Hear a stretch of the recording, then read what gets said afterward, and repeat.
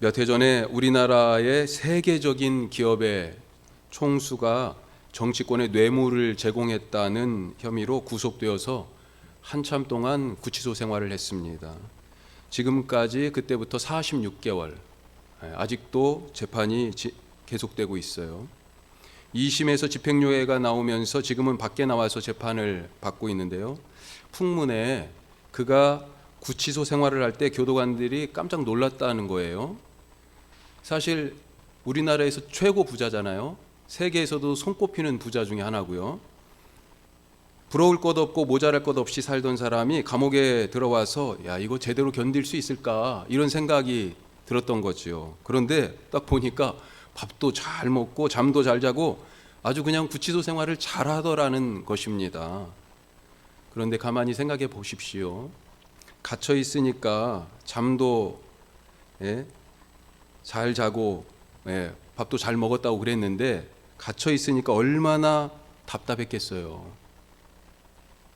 두고 온 일, 중요하게 내리고 선택해야 될 그런 결정들, 회사의 미래를 위해서 좀 더 대의적으로 얘기하면 인류의 미래를 위해서 그렇게 해야 할 일이 많다. 나는 그런 사람이다. 중요한 일들이 지금 많이 있는데 이렇게 아무것도 못하고 꼼짝없이 갇혀가지고 답답하다. 또 한편으로는 그런 혐의를 받았는데 뇌물을 줄 수밖에 없는 그런 정치 경제적인 환경 아니냐. 나도 피해자다. 억울하다. 이런 생각들이 있지 않았을까요? 또 재판을 계속 받아야 됐으니까 이 재판이 어떻게 진행될지 그런 부분에 대해서 초조하고 걱정도 많았을 것입니다. 그런데 우리가 생각해 보십시다. 그 속에서 과연 할 수 있는 것이 무엇이었을까요? 걱정하면 일이 됩니까? 감옥에서 나올 수 있어요? 자기 스스로 뭔가를 상황을 바꿀 수 있는 그런 가능성이 사실 그렇게 많지 않다는 거죠. 그 사람은 다른 건 몰라도 그런 뜻에서 참 그 기간 동안에 구치소 생활은 잘한 것 같아요.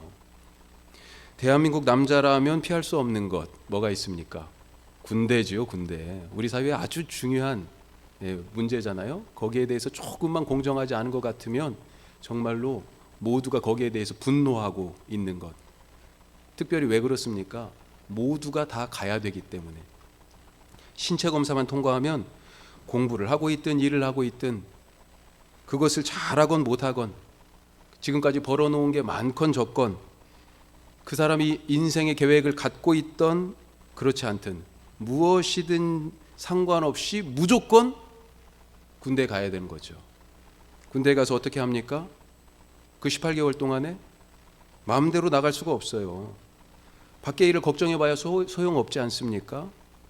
때로는 그런 한탄을 할 수도 있습니다. 내가 왜 대한민국에 태어나서 이렇게 군대를 갔을까? 다른 나라에 태어났으면 이런 생각?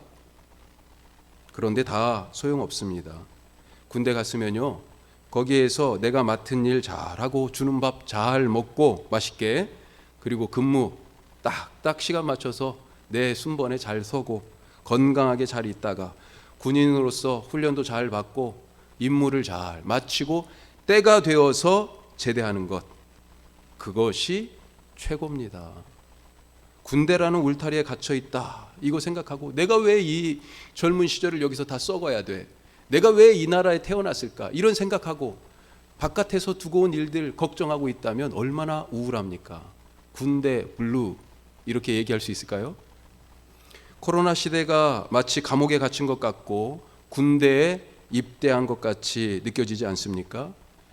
내 마음대로 할 수 있는 게 없어요. 삶이 많이 제한되었습니다. 지금은 더군다나요. 상황이 엄중해서 5명 이상은 모이지 말라고 방역당국에서 그렇게 지금 권고하고 지침을 내렸어요. 확진자와 접촉할까 두려워서 우리도 어디를 가는 게 괜히 겁납니다. 불안해요. 그래서 집콕하다 보니까 점점 우울해지지요. 이것을 우리는 코로나 블루 이렇게 부릅니다. 블루라는 말이 파란색인데 이 영어 단어의 뜻 중에는요, 우울감, 우울이라는 뜻도 이 분류에 같이 있어요. 코로나로 인해서 우울하고 답답하고 일을 해야 되고 누구를 만나야 되는데 그걸 못하니까, 그리고 그것이 무너져 버려서 분노가 치미는 그런 감정들을 다 합해서 코로나 블루 이렇게 얘기할 수 있습니다. 하지만 새해에는 이 차갑고 우울한 블루가 뜨겁고 열정적이며 생동하는 레드로 바뀔 수 있기를 간절히 바랍니다. 하나님은 새해에 우리 인생의 색깔을 하나님의 레드로 새롭게 칠할 그런 계획을 갖고 계세요. 자, 그런 점에서 첫 번째로 하나님의 계획을 바라보시기 바랍니다. 제가 목회를 시작하면서 가지고 있던 생각 중에 하나가 이것이었어요. 계획에 실패하면 실패를 계획하는 것이다. 계획에 실패하면 실패를 계획하는 것이다. 제 책상 앞에 가장 잘 보이게 딱 써붙여 놨습니다. 그런 마음으로 철저하게 계획하고 준비하고 또 목회 사역을 하면서 일어날 수 있는 다양한 상황을 가정해서 뭐 수련회를 간다든지 어떤 행사를 한다거나 할 때마다 다 그런 상황들을 가정해서 시뮬레이션을 해보고 나중에 사역이 끝난 후에는 잘하고 못한 것을 반영해서 그것을 사역의 매뉴얼로 만들어서 다음번에는 이 시행착오를 하지 않아야지, 이런 태도로 이런 방식으로 사역을 했었습니다. 그러다 보니까 어떤 일이 생깁니까? 계획한 대로 일이 돼요? 돌발 상황이 있게 마련이고요. 그럴 때마다 때로는 유연하게 대처하기도 하지만 매뉴얼을 벗어난 제 계획표에 없는 어떤 상황과 일이 진행되면 저도 힘들고요. 또 같이 일하는 분들을 왜 그렇게 했냐고 닥달하면서 힘들게 했었어요. 자, 그런데 하나님이 우리 계획 안에 갇혀 계시는 분입니까? 아니죠. 우리의 좁은 소견과 계획과 기대 안에 하나님을 가둘 수 없습니다. 사람이 자기 길을 계획하지만 그 걸음을 인도하시는 분이 하나님이시잖아요. 잠언에 바로 또 이런 말씀도 있습니다. 잠언 20장 24절 말씀인데요. 사람의 걸음은 여호와로 말미암나니 사람이 어찌 자기의 길을 알 수 있으랴. 이게 대단한 말씀 아니에요? 사람의 걸음이 여호와로 말미암는답니다. 어찌 사람이 자기 길을 알 수 있겠느냐. 계획은 할 수 있지요. 하지만 그 사람의 앞으로의 한 걸음, 두 걸음, 10걸음은 아무도 몰라요. 하나님만 아셔요. 하나님만 그것을 계획하고 실행하실 수 있어요. 누구는 자기 삶에 대한 기대와 계획이 있지만 누구는 아무런 계획도 소망도 자기 삶에 기대도 없는 사람도 있습니다. 하지만 있건 없건 아무래도 상관이 없습니다. 분명한 것은 하나님이 우리 인생에, 내 인생에 대해서 계획을 갖고 계시다, 이겁니다. 내 계획이 있어도요, 그것보다 더 높은 하나님의 길, 하나님의 계획이 있고요. 설령 아유 귀찮아 나는, 그래서 어떻게 내가 살아갈지 그냥 오늘은 오늘대로 살고 막연하죠. 내일도 막연하고. 그래서 어떤 의미에서는 계획이 없어요. 그래도요, 하나님께서는요, 그 사람에 대한 계획이 있으시다고요. 언제부터 그 계획을 세우셨습니까? 우리가 아까 성시교독에서 에베소서 1장 말씀을 읽은 거예요. 거기 에베소서 1장 4절 5절에 이와 같은 말씀이 있습니다. 곧 창세전에, 하나님이 언제 계획을 세우셨는지 나와요. 곧 창세전에 그리스도 안에서 우리를 택하사 우리로 사랑 안에서 그 앞에 거룩하고 흠이 없게 하시려고 그 기쁘신 뜻대로 우리를 예정하사. 언제부터 우리를 택하셨어요? 창세전부터 하나님이 그런 계획을 갖고 계셨다고요. 대단하지 않습니까, 하나님?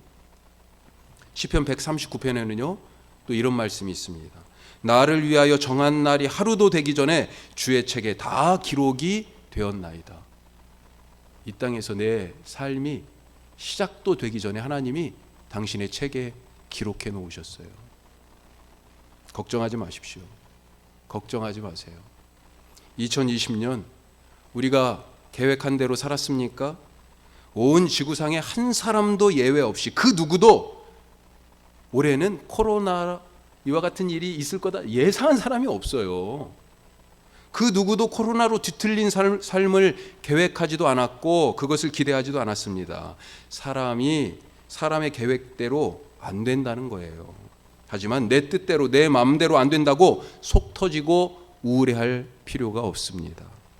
나를 지으셨고 지금도 나를 만들고 계시고 지금도 내 삶을 인도하시는 이 창조주 하나님이 우리 인생을 위해 새로운 계획, 새로운 창조의 일을 준비하고 계시는 것을 믿으시기 바랍니다.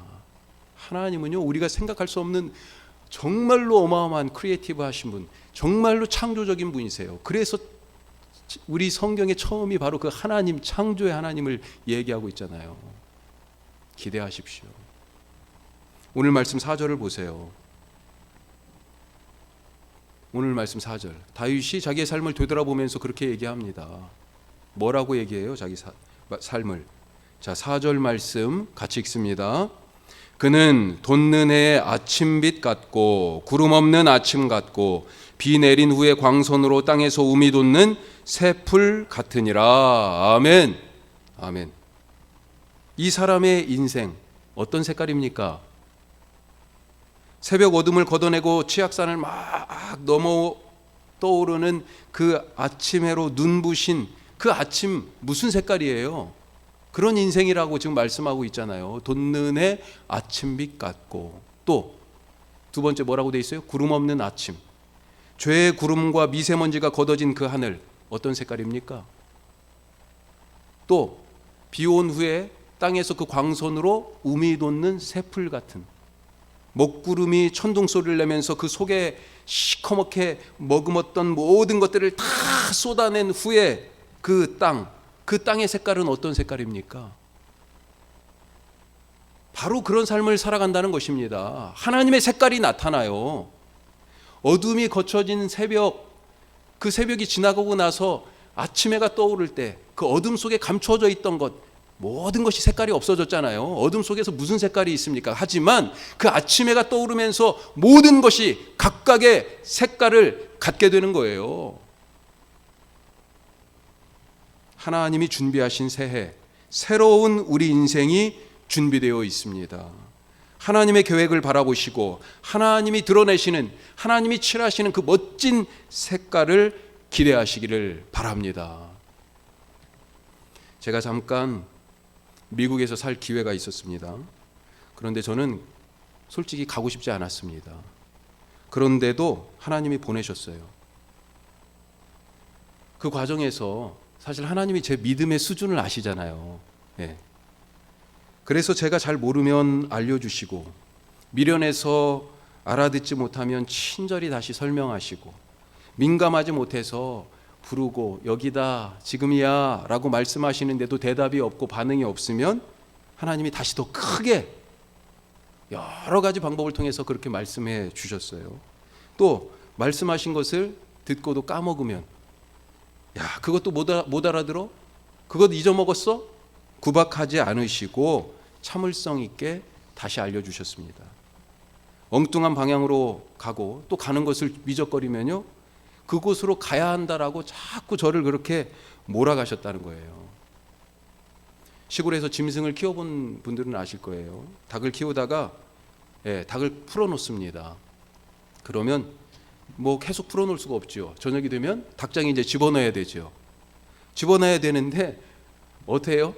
닭들이 순순히 닭장 문을 향해 갑니까? 아니에요. 막 여기저기 울타리로 가고 막 저기도 도망가고 어떻게 합니까? 막대기 짚는 거죠.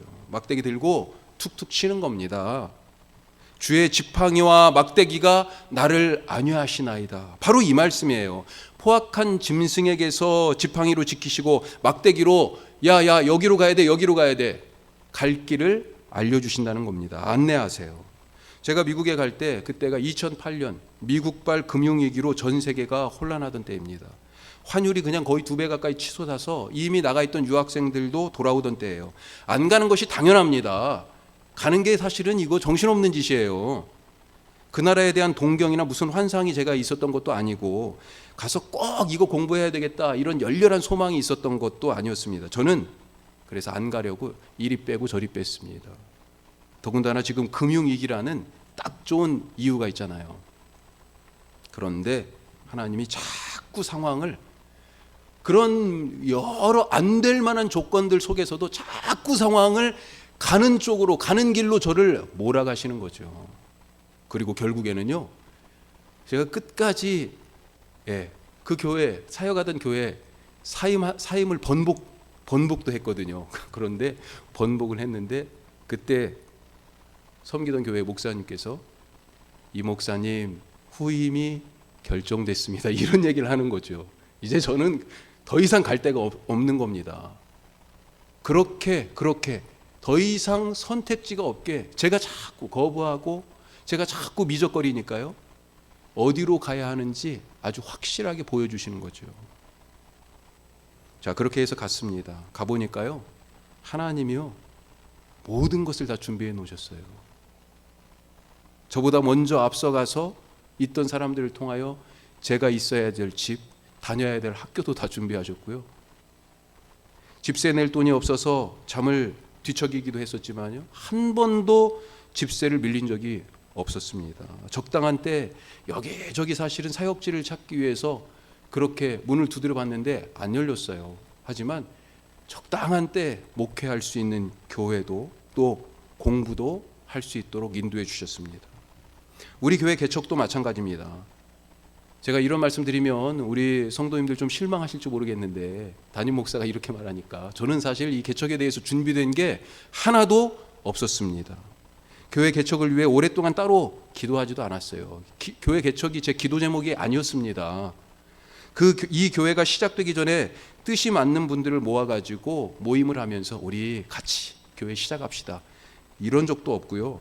재정적 준비를 위해서 통장을 따로 만들어가지고 후원을 부탁하거나 누구한테 그런 요청을 하지도 않았어요. 제가 이런 비전을 가지고 있으니까 이 사람 저분에게 또 기도해 주세요 하면서 기도 모임을 꾸린 적도 없습니다. 그런데도 불구하고 하나님이 다 준비해 놓으셨어요. 이 예배의 초소도 우리 교회 이름도 함께 공동체를 이룰 우리 성도님들, 우리 모두, 우리 각자들도 하나님이 다 부르신 거잖아요. 제가 오십시오 해가지고 오신 분이 한 분이라도 계십니까? 없어요. 우리 할 일도요, 하나님이 다 준비해 놓으신 것입니다. 제가 왜 나는 미국 갈 이유가 없다, 나는 개척할 사람이 아니다, 이렇게 생각했을까요? 기대도 계획도 없었던 이유는 솔직하게 말해서 믿음 없는 소리고 또 다르게 보면 현실적인 이유지만 제 손에 가진 게 아무것도 없었다. 그것 때문이었어요. 내가 아무것도 없는데 어떻게 거기 가서 살고 어떻게 교회를 개척해? 하지만 하나님은 내가 가진 것으로 하지 않으십니다. 그것을 배웠어요. 하나님이 가진 것으로 아십니다. 그것을 보는 것이 바로 믿음입니다. 그런데 우리는 하나님이 가진 것이 잘 안 보이잖아요. 그래서 미적거리지 않습니까? 지금 코로나 상황에서 암울하지요. 우리가 할 수 있는 것이 없습니다. 정부도 기업도 부자도 가난한 사람도 유럽도 아메리카도 아프리카도 아시아도 모두가 다 완전히 공황 상태입니다. 해결책이 손에 쥐어져 있지 않기 때문에, 보이지 않기 때문에 그렇죠. 하지만 하나님이 가지고 계십니다.